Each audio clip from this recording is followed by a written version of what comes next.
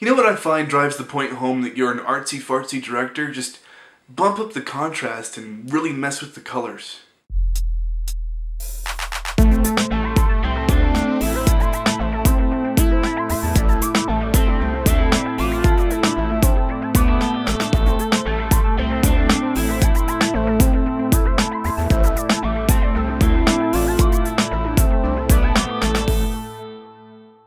How y'all doing today? My name is Ryan, and this is Down to Business Reviews.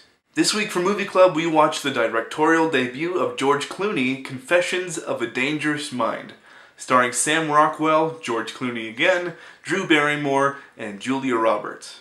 Confessions of a Dangerous Mind is based on the autobiography of Chuck Barris, the creator of The Dating Game and The Gong Show, who claims to have also secretly been a hitman for the CIA. I wasn't exactly sure what to expect going into this movie because I've never seen it, but I'm happy to say I was pleasantly surprised. I was skeptical of George Clooney as a director, and maybe that's unfair of me. The man is just forever stuck in my mind as giving one of the silliest portrayals of Batman I've ever seen. The film is shot in sort of a neo-noir style, and the story is mostly driven by narration of Chuck Barris, played by the amazing Sam Rockwell. Clooney gets a little creative with the color palette choices and the contrast and the camera angles, but it serves the feel of the film relatively well. It was a little off-putting at first, but I grew into it. There are also several one-takes in this film that are pretty impressive. There are actors changing locations and even wardrobe without the cameras cutting once. There's just something really fun about that. Camera tricks are neato. There are a lot of big names in this movie, and I think most of them appeared as a favor to Clooney and were willing to work for much less than their usual asking price. I read that Brad Pitt and Matt Damon even made their cameos for free. Did anyone else see James Urbaniak too? Look him up on Vine. Dr. Venture himself. Also, a super young Michael Cera as the creepy young Chuck.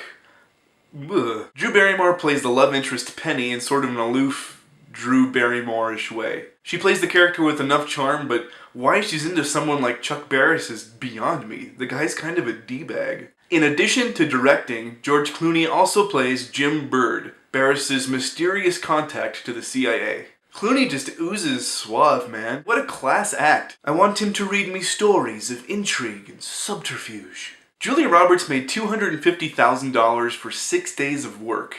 That's nice and all, but can you say overpaid? For like maybe 10 minutes of screen time. She's not that amazing. The best part of this film is, without a doubt, Sam Rockwell's portrayal of Chuck Barris. Sam Rockwell is one of Hollywood's most underappreciated actors. If I can recommend any other movie that proves his acting chops, watch Moon, which came out back in 2009. He is just so freaking good. I kind of wish there wasn't a weird preoccupation with Sam Rockwell's butt in this movie, though. I mean, his ass has more screen time than Julia Roberts. My favorite part of this film is the third act. Everything starts to become more surreal as Barris's mind begins to unravel. It's a wonderful crescendo of madness, and it was executed brilliantly. The film is a little bit overstuffed with Hollywood fluff in the form of big names that didn't really need to be there, but it's forgivable. Because of Sam Rockwell's performance and George Clooney's success in changing my opinion of him as a filmmaker, Confessions of a Dangerous Mind gets an 8 out of 10. That's all for this week, guys. Thanks so much for watching. I really appreciate it. Please like, comment, and subscribe.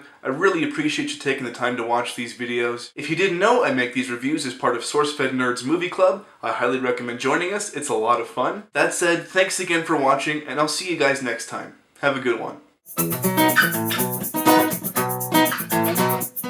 There's something in my eye.